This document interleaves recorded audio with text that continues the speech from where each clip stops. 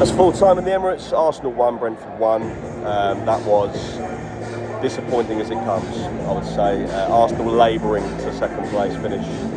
Another second place finish in the Premier League. It's all about Champions League now, as we already knew going into this game, but it was quite evident from the start. Arteta made 5 changes, which is understandable. I think everybody expected that, and rightly so, considering what looms on Wednesday in the Bernabeu.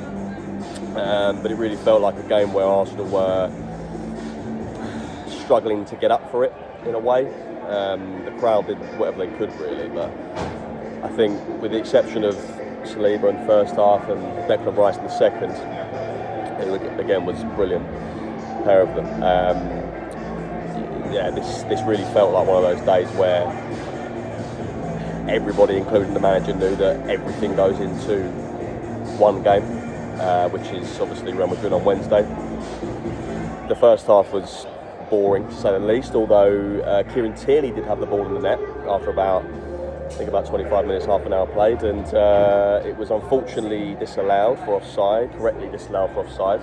Use of automated offside technology, which was implemented this weekend, and it works, to be fair.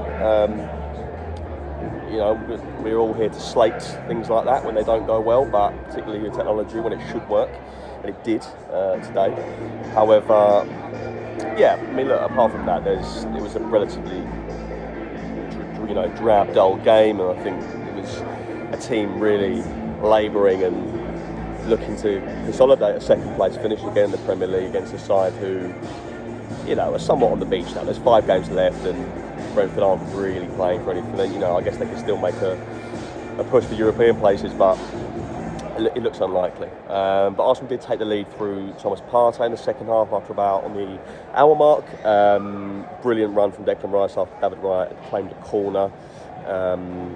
It was from back to front rather. It was just an unbelievable move, and Raya just neatly rolled it out to Rice, who picked it up just on the edge of the D, and ran the length of the pitch. It's just, and it was just it was one of those runs which you look at a player like Rice and think that's where the £100 million price tag is. There's not many players who can do that with that power and that athleticism and that speed. And he rolled it into Partey, who broke into the Brentford box. Great counter, and Partey put it past Mark Flecken in the Brentford net, and that was 1-0.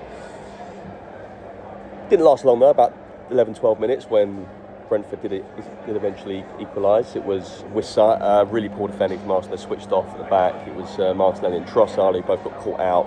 They didn't really know which way to go because it was right in front of the press box here, and I think it was Coyote, the substitute. He put it in the box. It was knocked back, knocked down for Wissa rather, and he found the space to chest it down, turn. I think it was Timber who just come on, so he was quite fresh in that moment and not really switched on to what was going on. But Timber and Jorginho failed to get the ball away, and it's 1-1.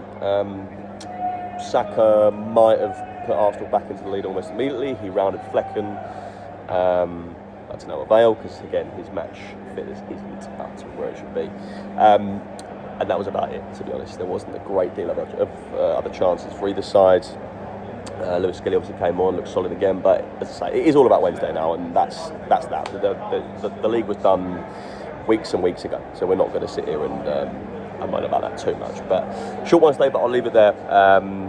Arsenal obviously at the Bernabeu Wednesday, as I say. I'm not going to be there, however.